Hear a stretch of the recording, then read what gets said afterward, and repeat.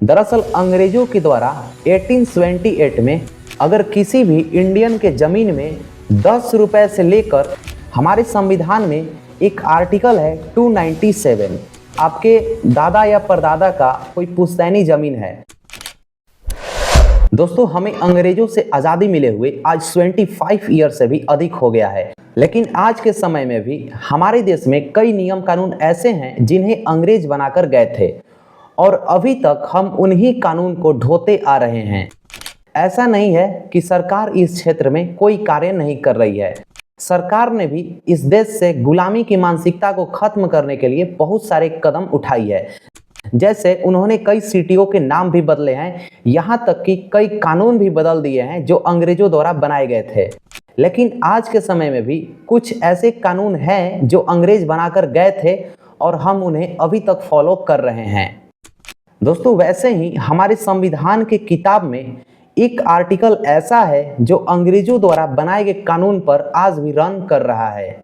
दरअसल अंग्रेजों के द्वारा 1878 में एक कानून लाया गया था जिसका नाम था इंडियन ट्रेजर एक्ट। इस एक्ट में ये प्रावधान था, अगर किसी भी इंडियन के जमीन में 10 रुपए से लेकर एक सोने का बहुत बड़ा खदान भी मिल जाता है तो उस पर सीधा अधिकार महारानी का होता था। और आज के समय में भी हम इस कानून को फॉलो करते आ रहे हैं।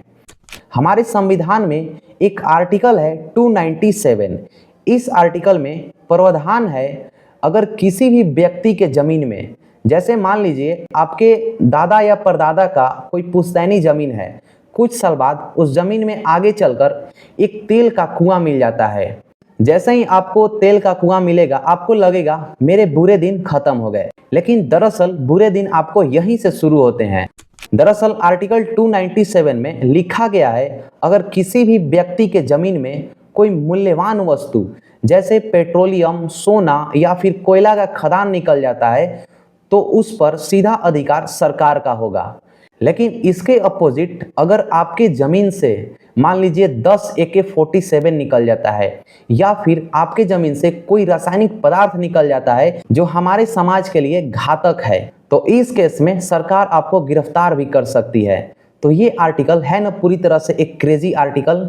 अगर आपके जमीन से मूल्यवान वस्तु मिला तो सरकार का, अगर वहीं इसके अपोजिट कोई घातक पदार्थ मिल गया तो इसके आरोप में सरकार आपको अंदर डाल देगी।